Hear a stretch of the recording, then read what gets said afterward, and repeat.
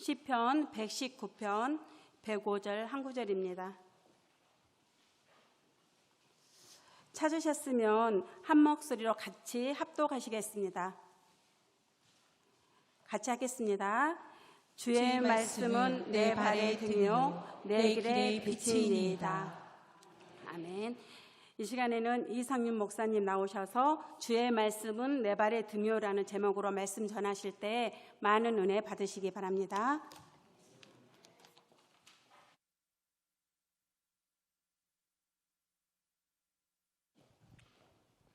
네, 잠시 기도하겠습니다. 살아계신 하나님, 예배의 자리로, 말씀의 자리로 불러주심에 감사를 드립니다. 이 시간 특별히 주님이 사랑하시는 귀한 권사님들 헌신 예배로 주님께 드립니다. 하나님, 우리에게 필요한 말씀 들려주시고 주님만 영광 받으시는 귀한 시간 되게 하여 주옵소서. 감사드리며 예수님의 이름으로 기도드립니다. 아멘. 네, 하나님의 말씀은 우리의 힘입니다. 하나님의 말씀은 나의 삶의 방향을 가르쳐 줍니다. 하나님의 말씀은 나의 삶의 방향만 가르쳐 줄 뿐만 아니라 그 길을 걸어갈 수 있는 힘을 북돋아 줍니다. 어떤 신학자가 아니고 바빙크가 이런 얘기를 했어요. 예술은 천국을 보여줄 수는 있지만 그 길로 이끌어주지는 못한다.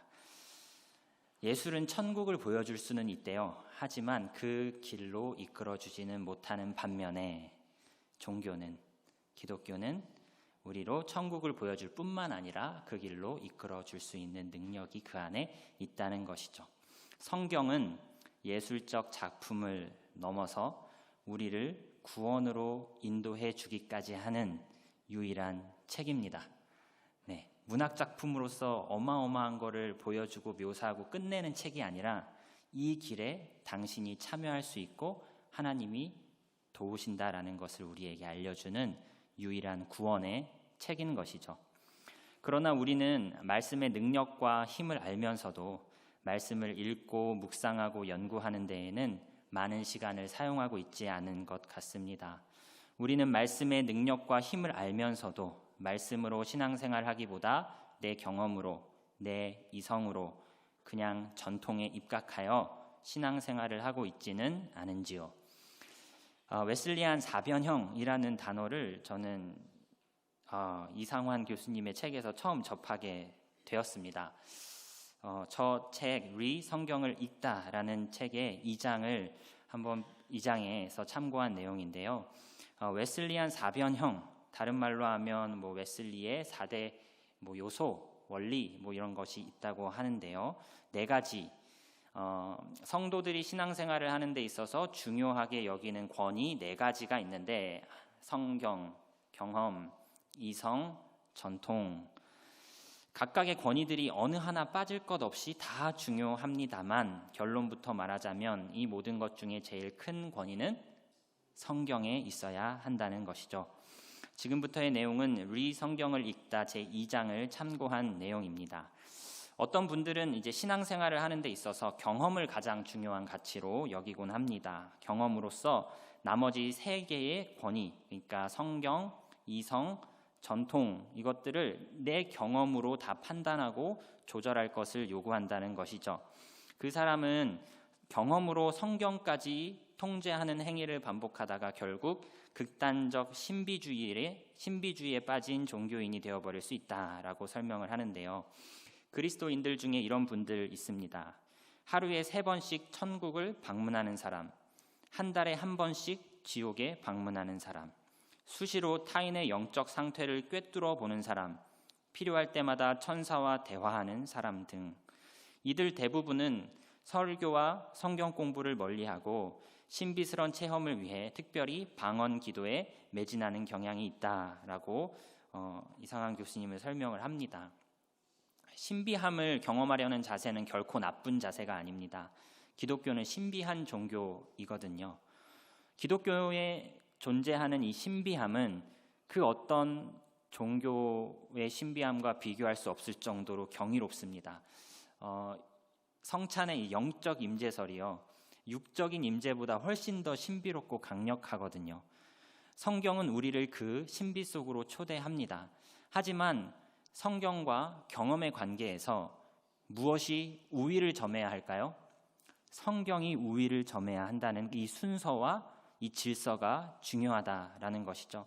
내가 아무리 신비한 경험을 했다 하더라도 그 경험을 성경에 비추어 검증하고 해석해 볼 수 있어야 한다는 것입니다. 요한일서 4장 1절에 이 말씀 있는데 우리 한번 같이 합독해 주시겠습니까? 사랑하는 자들아, 시작. 사랑하는 자들아, 영을 다 믿지 말고 오직 영들이 하나님께 속하였나 분별하라. 많은 거짓 선지자가 세상에 나왔습니다. 사랑하는 여러분, 어느 영이든지 다 믿지 말고 그 영들이 하나님에게서 났는가 시험하여 보십시오. 우리가 경험하는 신비한 체험들이 모두 하나님으로부터 왔다고 속단하지 마십시오. 마귀가 장난친 것일 수도 있습니다. 이상환 교수님께 어떤 한 청년이 찾아와 상담을 요청했습니다. 자신이 간밤에 꿈을 꿨는데 하나님께서 앞으로 일어날 일들에 대해서 보여주신 꿈이다. 몇 월 며칠 어느 행, 달라스 행이라고 나와 있는데요. 미국에서 목회를 하시기 때문에 달라스 행 비행기가 몇 월 며칠에 폭파될 것인데 그 비행기를 폭파시킬 테러범이 지금 자기 옆집에 있다라고 꿈을 꿨대요. 그래서 하나님이 그 청년에게 너가 이 사람이 테러를 벌이기 전에 옆집 아저씨를 먼저 제거해라 라는 꿈을 받았다는 것이죠. 그런 꿈을 꿨다는 것 자체가 거짓말은 아닐 것입니다. 다만 그 꿈의 출처가 과연 하나님일까요?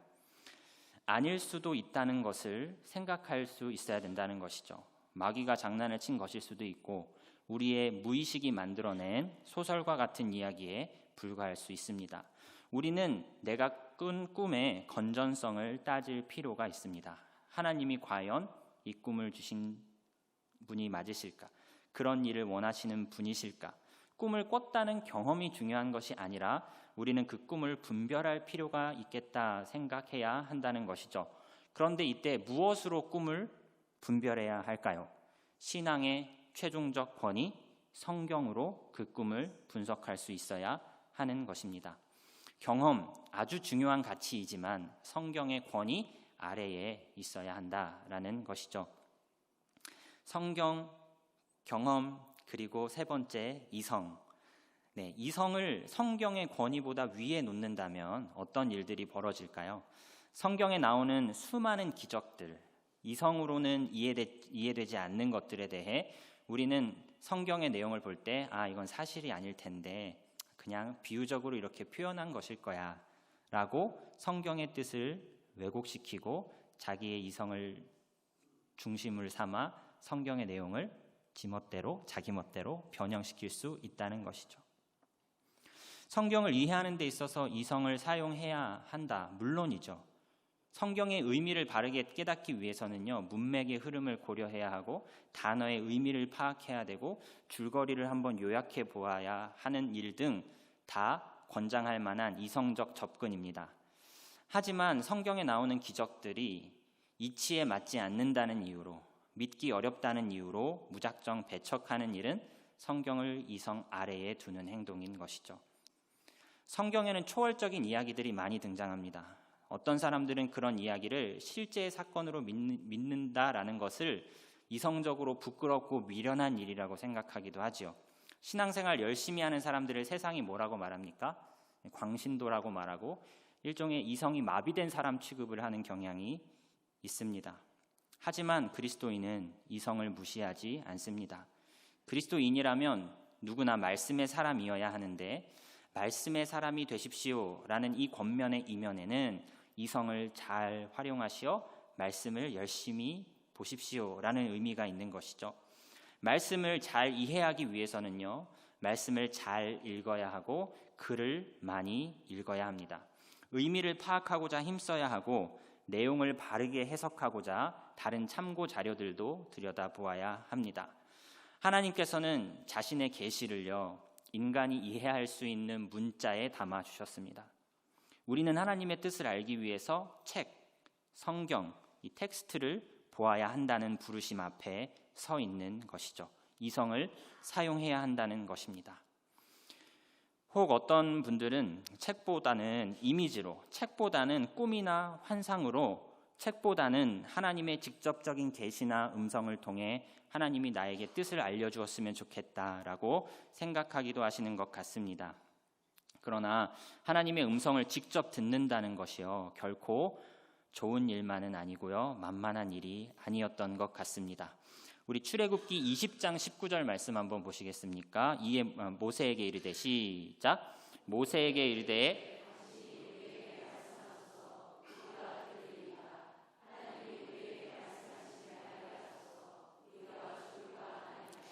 네, 저 구절이 선지자 제도의 기원이라고 꼽힐 수 있는 구절입니다. 하나님이 이스라엘 백성을 다 시내산 앞으로 불러 모아서 십계명을 직접 음성으로써 들려주셨을 때 백성들의 마음이 은혜롭다, 이게 아니라 죽을 것 같아요. 모세, 당신이 그냥 들어서 알려주세요 라고 말했다는 것이죠. 하나님을 만난다는 것, 하나님의 음성을 듣는다는 것, 여러분 이사야는 어떻게 반응했죠? 하나님의 존전 앞에 섰을 때 화로다 나여 망하게 되었도다. 베드로는 어떻게 반응했죠? 예수님이 엄청난 물고기를 기를 수 있는 방향을 가르쳐줬을 때 주여 이 죄인을 떠나소서. 여러분, 하나님의 음성을 듣고 하나님 앞 존전에 선다는 것은요, 결코 만만한 사건이 아닙니다.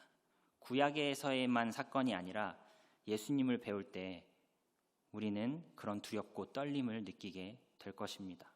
그분이 아무리 우리에게 부드럽게 다가오신다 한들 또한 그분이 언제 어떻게 우리를 찾아와서 말씀을 주실지 우리는 그 음성 듣기를 막연한 기다림 속에 계속 기다려야 할 것입니다.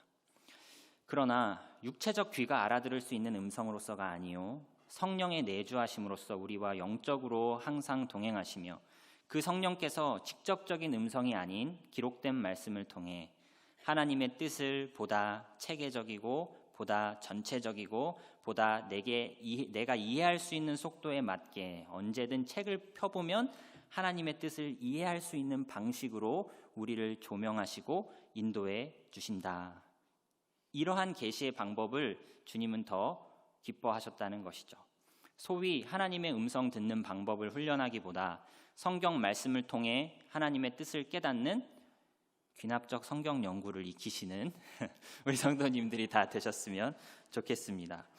네, 무엇보다 하나님의 음성 듣기보다 성경을 연구해야 하는 근본적인 이유는 하나님께서 우리에게 하나님 나라를 알려주시기 원한다는 사실에 있습니다. 하나님의 나라가 성경의 주제라는 것을 누구도 쉽게 부인하지는 못할 것입니다. 나의 인생에서 중요한 것은 내가 망하느냐 흥하느냐가 아니라 나의 삶의 흥망성쇠보다 더 중요한 것은 하나님 나라입니다. 먼저 그 나라와 그 의를 구하라 말씀하셨습니다. 하나님 나라에 대한 이해를 어디서부터 어떻게 가르쳐주면 좋을까요? 우리가 음성으로서 1시간, 2시간 하나님 특강 들으면 이렇게 딱 깨달을 수도 있겠지만 하나님은 하나님 나라에 대한 주제를 교재로, 책으로 우리에게 알려주셨다는 것입니다. 그리고 성령께서 보혜사가 되어주사 성경을 읽을 때 깨닫게 하여 주심으로, 조명해 주심으로 우리로 그 나라를 위해 살아가도록 하게 하신다는 것입니다. 하나님께 직통 계시를 받는다 하더라도 그 계시의 진위 여부 무엇으로 검증하여야 하겠습니까? 성경으로 검증할 수 있어야 합니다. 그런 검증할 수 있는 능력, 실력 누구에게 필요할까요? 하나님의 뜻을 알고자 사모하는 성도님들 모두에게 필요합니다. 또한 우리는 교회로 모였고요, 공동체로 모였지요. 주관적 사고와 주관적 사고의 충돌이 아니라 네 생각이 옳냐 내 생각이 옳냐의 주관성으로 충돌하는 것이 아니라 하나님의 뜻이 무엇인지를 모두가 공감하고 모두를 설득하여서 조금 더 객관적인 방향으로 공동체가 하나 될 수 있다면 얼마나 좋을까요? A가 맞냐 B가 맞냐 서로 의견이 충돌할 때 하나님의 말씀은 우리가 어떤 선택을 하기를 원하시냐라는 것을 분별해낼 수 있는 사람들이 공동체 안에 많으면 얼마나 좋을까요? 우리는 주관적 방법을 넘어 객관적 방법으로 하나님의 뜻을 분별할 수 있어야 하고, 그렇게 분별하라고 문자로 하나님의 뜻을 남겨주셨습니다. 이것이 하나님이 기뻐하시는 방식입니다. 전도에 미련한 것으로 구원하기를 기뻐하시는 분이 문자라는 국어적 능력이 필요한 것으로 우리에게 뜻을 알려주시기를 기뻐하셨다는 것이죠. 신비한 방식으로가 아닌 일상적인 방식, 읽기와 생각하기, 연구하기라는 방식으로 하나님의 뜻을 분별하기 사모하시기를 바랍니다. 컨디션이 좋아야만 하나님의 뜻이 잘 분별되고 어느 때는 잘 안 들리고 이런 것이 아니라 내 영적 상태가 어떠하든지 간에 명징한 하나님의 말씀이 나에게 옳은 길을 제시하여 주시고 그 길을 걸어갈 수 있도록 말씀이 나를 붙잡아 준다는 것을 더 믿고 사모하시기를 바랍니다. 우리는 경험으로 성경을 해석할 것이 아니요 성경으로 내 경험을 해석해야 할 것입니다. 경험보다 성경의 권위를 더 우위에 두어야 한다는 말이죠. 마찬가지로 우리는 이성을 사용하여 일상적인 방식으로 성경의 본문을 분석하고 이해하고자 애써야 합니다. 그러나 우리의 이성을 초월하는 내용이 성경에서 나올 때에 우리는 성경이 하나님의 말씀이라는 사실을 기억하여 내 이성을 성경의 권위 아래에 두며 성경 말씀은 사실이며 성경 말씀은 진리다라는 것을 내 이성이 받아들여야 하는 것이죠. 이성 역시 성경의 권위 아래에 있어야 아름답고 빛이 나는 것입니다. 그리고 하나 더, 전통의 권위가 성경의 권위보다 더 앞서지 않도록 우리는 주의해야 합니다.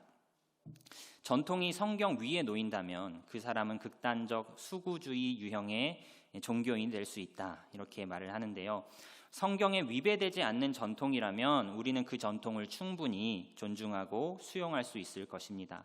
성경을 이해하는 데에 도움을 주는 전통이라면 존중해도 문제되지 않을 뿐더러 오히려 그 전통을 적극 활용하여 성경을 이해하십시오라고 권면드리고 싶습니다. 종교 개혁자들의 글들, 개혁주의 신학자들의 글들처럼 성경을 더 체계적이고 온전히 바르게 이해할 수 있도록 가르쳐주는 전통이라면, 무엇보다 하나님의 영광을 잘 드러내주는 교리 체계를 갖고 있는 전통이라면 우리는 그 전통을 적극 수용해야 할 것입니다. 그런데 성경이 뭐라 말하든 난 모르겠고 해왔던 대로 합시다. 우리 공동체는 안 그래왔습니다. 우리 선조들이 그렇게 해왔습니다. 라는 식으로 무조건 의사결정을 한다라는 것은 어쩌면 성경의 권위를 전통 아래에 두는, 성경보다 더 전통을 앞세우는 처사가 될 수 있습니다. 성경의 권위로요, 전통이 제대로 작동하고 있는지 감별할 수 있어야 합니다. 우리의 신앙생활에서 어떤 것도 성경의 권위를 넘어서는 권위는 없어야 한다는 것이죠. 내 경험보다 말씀, 내 이성보다 말씀, 우리 전통보다 말씀이 더 중요하다라는 것입니다. 우리는 다 말씀의 사람이 되어야 한다라는 것이죠. 성경의 권위를 최고의 권위로 여겨 성경을 가까이 하는 삶을 살자는 것입니다. 성경만 최고다라는 이야기는 아니었습니다. 성경에 최종적 권위가 있다라는 뜻이었죠. 이것을 구분할 것을 그 이상한 교수님은 이제 설명을 하는데요. 성경만 최고다가 아니고 성경에 최종적 권위가 있다는 것은 다른 뜻이라는 것이죠. 성경만 최고다고 해가지고 경험과 이성과 전통을 무시하자라는 얘기를 드린 것이 아니라 경험 중요하고요, 이성 중요하고요, 전통 중요한데 다 성경의 권위 아래에서 확장되어야 하는 것들이다라는 이야기였습니다. 저는 성도님들 한 분 한 분이 성경을 바르게 이해하고 성경을 바르게 해석하여 무엇이 성경적인가 분별할 수 있는 안목이 여러분 모두에게 다 있었으면 좋겠습니다. 기독교는요, 사람을 의지하는 종교가 아닙니다. 기독교는요, 예식이나 방식에 매이는 종교가 아닙니다. 기독교는 성경을 통해 본질이 무엇인지 끊임없이 연구함으로 어떤 상황에 놓여져도 하나님의 뜻을 분별하여 그 뜻대로 나아가도록 하는 것, 본질이 무엇인지 끊임없이 연구함으로 아무리 달라지고 혼란스러운 상황 속에 놓여진다 할지라도 하나님의 뜻을 분별해 낼 수 있는 능력, 그것이 기독교가 가진 힘이고 그것이 말씀이 가진 힘인 것입니다. 하나님의 말씀으로 말미암아 이런 힘이 나의 힘, 우리의 힘이 되었으면 좋겠습니다. 여기 한 분 소개해드리고 싶은 분이 있습니다. 말씀 연구를 통해 삶이 바뀌신 평범한 한 권사님이십니다. 이분의 성함은 이제 서자선 권사님이신데요. 개인적으로는 이제 페이스북이라는 SNS 상에서만 이제 관심 있게 지켜본 분이었는데 얼마 전 이렇게 담임 목사님 허락해 주셔가지고 이제 카테키스타라는 이제 교리를 배우는 세미나에서 이분을 직접 만날 수 있게 되었습니다. 이분을 제가 눈여겨 보았던 이유는 그분이 자기 주변의 성도님들과 독서 모임을 10년, 15년 이렇게 막 하고 계셔요.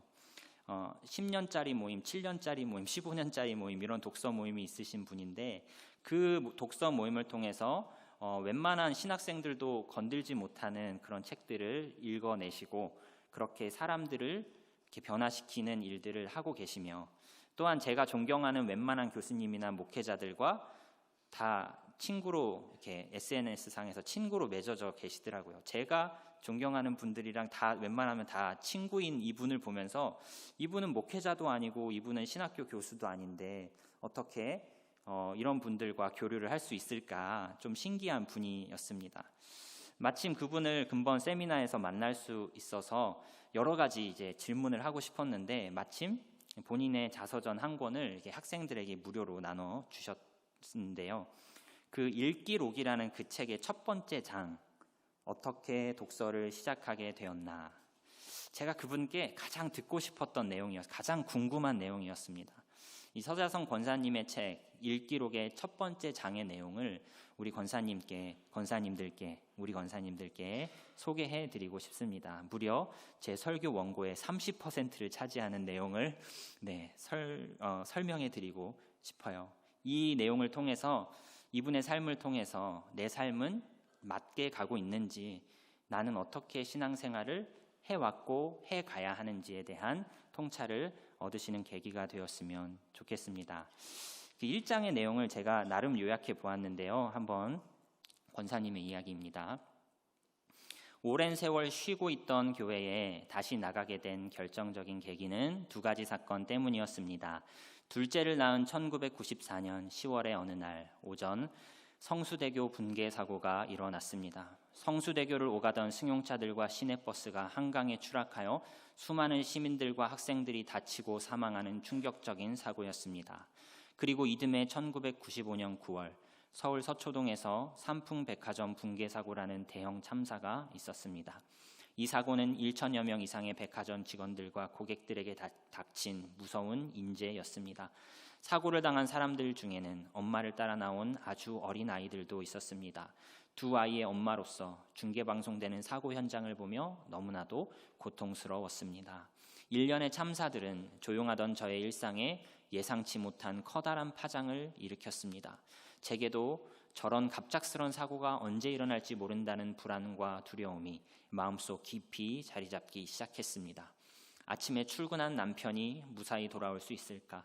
나의 아이들은 오늘도 무사하고 안전할 수 있을까? 결혼 후 두 아이를 낳고 아무런 문제 없이 살고 있다 생각했는데 그렇게 문제없는 삶이 오히려 문제였을까요? 겉으로 보기에는 평범한 삶을 살고 있는 것처럼 보였지만 막상 그 평안이 깨질까 두려워 전전긍긍하며 잠을 설치며 불면증에 시달리기까지 하였습니다. 계속하여 불안한 마음으로 지내다가 불현듯 예전에 교회에 다녔던 시절이 떠올랐습니다. 교회에 안 나가서 벌 받는 것일까? 교회에 가서 좋은 설교 듣고 하나님께 기도하면 괜찮을까? 머릿속에서 떠나지 않던 온갖 상념들이 결국 저를 다시 교회로 이끌었습니다. 처음 가는 것은 아닌지라 교회 생활에 금방 익숙해졌습니다. 성도들이 함께 모이는 구역 모임, 전도회에도 참여했습니다. 주일에 예배하고 성도들과 교제하거나 봉사하는 것도 차츰 익숙해졌습니다. 시간은 빠르게 흘러갔습니다. 그토록 불면의 나날들을 보내게 했던 삶의 이유와 목적에 대한 회의와 질문들이 사라지고 있다는 것을 전혀 눈치채지 못하면서 말이죠. 전 계속해서 종교 행위만 반복하며 잘 살고 있다 착각하고 있었습니다. 감사하게도 제 인생에 커다란 전환점이 찾아왔습니다. 초등학교에 다니던 아이들의 끊임없는 질문이었습니다. 엄마, 죽은 사람이 어떻게 다시 살아나요? 하늘나라는 어디에 있어요? 진짜 지옥은 그렇게 뜨거운가요? 엄마는 지팡이가 정말로 뱀이 됐다고 믿나요? 날이 갈수록 더 구체적이고 실제적인 질문들이 쏟아졌지만 대부분 제대로 대답하지 못했습니다. 하나님의 말씀이니까 믿으면 돼 라고 말하는 것도 한두 번이지 참 궁색했습니다. 성경에 대해 막연하고 피상적으로만 알고 있는 저의 상태가 매번 들통났습니다. 아이들은 점점 엄마를 신뢰하지 않는 눈치였습니다. 지치지 않고 질문하는 아이들의 집요함은 제가 그동안 얼마나 형식적이고 피상적으로 신앙생활을 해왔는지를 상기시켰습니다. 하나님과 복음의 내용을 올바로 알지도 못하면서 잘 안다고 스스로 착각하고 있었습니다. 잘 모르는데도 아이들처럼 솔직하게 질문하지 않았죠. 예전에 늘 불안하고 두려웠던 시절에 끝도 없는 잡념들이 다시 온 마음을 지배했습니다. 나는 그동안 무엇을 믿고 어떤 신앙 고백을 하고 있었나? 불분명한 삶과 신앙에 대한 이해와 태도를 전면적으로 재점검하기 시작했습니다. 저도 아이들과 마찬가지로 정직한 질문을 하고 그 질문 앞에 도망치지 않기로 했습니다. 그 뒤로 정직한 질문이 신앙생활에서 얼마나 중요한지 알게 되었습니다. 끊임없는 질문도 하나님의 은혜였습니다. 라고 하면서 한 줄의 인용을 보여주는데요. 한 줄의 인용을 책에 실으셨는데 한번 보여주시겠습니까? 우리는 인생과 신앙이 던지는 수많은 질문을 끌어안고 답변을 얻기 위해 책으로 간다. 책은 우리의 질문에 답변을 제시할 뿐 아니라 예상치 않은 질문들을 일으키기도 한다라는 송인규 목사님의 책의 한 부분을 이 책에 또한 인용하시면서 질문을 해결하기 위해 책을 잡았다는 것이죠. 질문이 읽기를 낳았고 책이 다시 질문을 낳았습니다. 계속해서 질문하고 답을 찾기 위해 책으로 손이 갔습니다. 질문하고 답을 찾아가면서 새로운 존재의 변화를 꿈꾸었습니다. 삶과 신앙의 본질을 배우는 것에 집중했습니다. 하나님이 말씀하시는 복음을 분명히 아는 데에 전력을 다했습니다. 그렇게 무분별하게 분주했던 일상을 재배열했습니다. 예배 습관부터 정돈했습니다. 공적 예배의 우선순위를 두고 말씀이 선포되는 자리에 꾸준히 참여했습니다. 예전에는 툭하면 들로 산으로 놀러가거나 집안의 경조사를 핑계로 예배를 소홀히 했었는데 놀랍게도 그런 습관들이 사라지기 시작했습니다. 모든 것이 하나님께서 일하시고 인도하시는 크고 놀라운 은혜였습니다. 위대한 믿음의 선배들의 이 설교집이나 주석을 즐겨 읽게 된 것은 그때부터였습니다. 성경 본문을 정확하게 이해하기 위해 먼저 성경을 오랜 시간 공들여 읽었습니다. 더 깊은 이해나 다른 관점들을 살펴보고자 할 때는 주석들을 보았습니다. 그 밖에 본문 이해와 적용을 돕는 다양한 신앙 도서를 읽었습니다. 성경 묵상, 설교 묵상, 독서가 일상 속으로 녹아들며 단 하루도 읽기를 멈추지 않았습니다. 말씀 묵상과 독서에 집중할수록 기도의 시간이 보다 간절해졌습니다. 한적하고 조용한 예배당을 매일 찾았습니다. 말씀 속에서 기도를 배우고 싶었고 믿음의 선배들의 신앙 고백과 기도와 말씀 탐구의 열정을 따라하고 싶었습니다. 아이들이 학교에 등교하고 나면 부지런히 집안일을 마치고 곧바로 예배당에 가서 기도의 자리에 머무르는 연습을 매일 반복했습니다.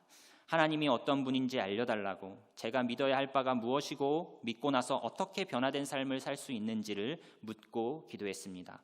아버지의 말씀을 올바로 깨닫기를 간구했습니다. 약속의 말씀이 저의 온 마음과 삶을 지배해 주시길 소원하며 날마다 기도의 자리로 나아갔습니다. 듣고 읽은 것을 흘려버리지 않기를 바라며 말씀을 붙잡고 기도했습니다. 그동안 얼마나 의미 없이 기도했는지, 잘못 기도했는지 반성했습니다. 늘 기도로 많은 것을 요구하기만 했던 제 자신이 부끄러웠습니다. 예배에 성실히 참여하는 습관이 어느 정도 자리를 잡아가고 꾸준히 말씀을 묵상하고 기도하는 생활도 점차 익숙해졌습니다. 그럼에도 늘 뭔가 좀 더 체계적이고 정교한 신앙생활을 영위하고 싶었습니다. 성경의 핵심 주제들을 정리해 놓은 교리 문답은 처음에는 생소하고 어려웠지만 성도들이 꼭 알아야 할 내용이었습니다. 교리는 믿음의 어른들이 그냥 만들어 놓은 유산이 아닙니다. 신앙의 후배들을 위해 애써 수고한 결과물입니다. 그들은 성도 안에 진리의 체계가 잘 정돈되어 있어야 흔들림 없이 올바른 신앙생활을 지속할 수 있음을 알았습니다. 교리 공부는 제게 여태껏 정리되지 못했던 신앙의 전반적인 설계도를 보여주고 이해시켜준 놀라운 사건이었습니다. 정식으로 신학교에 다니지 않아 잘못된 해석과 적용에 빠질까 늘 위축됐었는데 점점 자신감이 생겼습니다. 다양한 독서가 그리스도인의 신앙 성장에 탁월한 도구인 것에 감사했습니다. 수많은 믿음의 선배들을 만나고 글을 읽으면서 지치고 연약한 삶과 신앙이 치유되고 회복되었습니다. 막연하고 피상적인 신앙에 진리의 체계가 세워졌습니다. 복음의 전도에 열정이 불타오르게 되었습니다. 믿음의 공동체를 사랑하게 되었습니다. 매일 기도의 자리를 찾고 응답의 비밀을 알아갔습니다. 하나님을 아는 것이 더 간절해졌습니다. 하나님의 어떠하심과 일하심과 인도하심이 저의 모든 관심사가 되었습니다. 책을 읽는 습관이 평생의 소명이 되기를 기도했습니다. 책을 읽고 책을 권하고 책으로 사람을 살리고 세우는 도구로 사용하겠다고 말입니다. 마지막 문단입니다. 독서는 제게 신앙의 확신과 삶의 활력을 선사했습니다. 매일 읽는 행위는 그동안의 회의와 의심과 불신앙의 먹구름을 사라지게 했습니다. 복음의 내용을 잘 정리해서 다른 사람들과 나누고 전하는 데 집중하게 했습니다. 하나님께서는 그런 마음을 기뻐하시는 것 같았습니다. 다양한 독서 모임을 통해서 삶과 신앙을 나누고 진리를 공부하고 사람들을 섬기고 환대하고자 애쓰는 성도가 되도록 지금껏 인도해 주셨습니다. 하나님께서는 이제 정리를 했고요. 하나님께서는 자신의 뜻을 텍스트에, 인간의 문자에 담아 주셨습니다. 그리스도인과 읽기는요, 때려야 뗄 수 없는 관계입니다. 성경을 이해함에 있어서요, 성경만 갖고는 한계가 있습니다. 성경이 쓰여진 시기와 우리가 사는 시대는 2000년이라는 시간적, 문화적, 공간적 간극이 있기 때문에 우리는 성경을 막바로 이해하는데 어떤 문화적인 장벽을 느낀다는 것이죠. 왜요? 우리는 성경의 1차 독자가 아니거든요. 1차 독자끼리는요, 1차 저자와 1차 독자끼리는 설명하지 않아도 아는 당시의 정치적 배경과 시대적 상황을 다 공유하고 있지만 2000년이 지난 사람이 그냥 그 편지글만, 그 복음서만 봤을 때는 당대의 정치적 상황, 당대의 시대적 분위기가 어떤지를 알지 못해서 성경을 이해하는 데에 오해가 있는 것은 당연한 것이죠.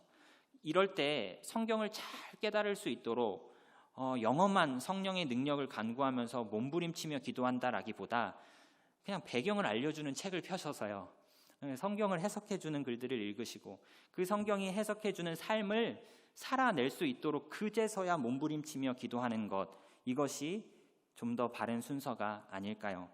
말씀을 공부하여 깨닫고 말씀대로 살겠노라고 하나님 앞에 불붙는 기도를 올려드리는 이 순서, 이러한 패턴이 우리의 삶과 인격을 변화시키는 것이다 라고 말씀드릴 수 있겠습니다. 성경의 배경을 알려주는 책이 필요하고요, 성경의 핵심 줄거리를 정리해주는 책이 필요하고요, 성경의 각 구절을 해석해주는 신뢰할 만한 주석들을 읽는 일이 필요하고요, 성경에 파편화되어 있는 지식들을 일목요연하게 정리해주는 교리와 신앙고백 문서에 대한 공부도 필요합니다. 제가 이렇게 말하면 목사님, 우리를 다 신학교 보낼 생각이십니까? 라고 하는데요, 여러분, 제가 너무 놀랐어요. 이 글은요, 읽기록이라는 책의 글은요, 목회자가 쓴 글이 아니었다는 사실이요, 그냥 한 평범한 권사님이 쓰신 책이었어요. 디모데후서 3장 16절 17절 말씀 같이 합독해 주시겠습니까? 모든 성경은 시작. 하나님의 감동으로 된 것으로 교훈과 책망과 바르게 함과 의로 교육하기에 유익하니 이는 하나님의 사람으로 온전하게 하며 모든 선한 일을 행할 능력을 갖추게 하려 함이라. 성경에 대한 깊은 이해가, 폭넓은 이해가 우리로 하여금 어떤 능력이요?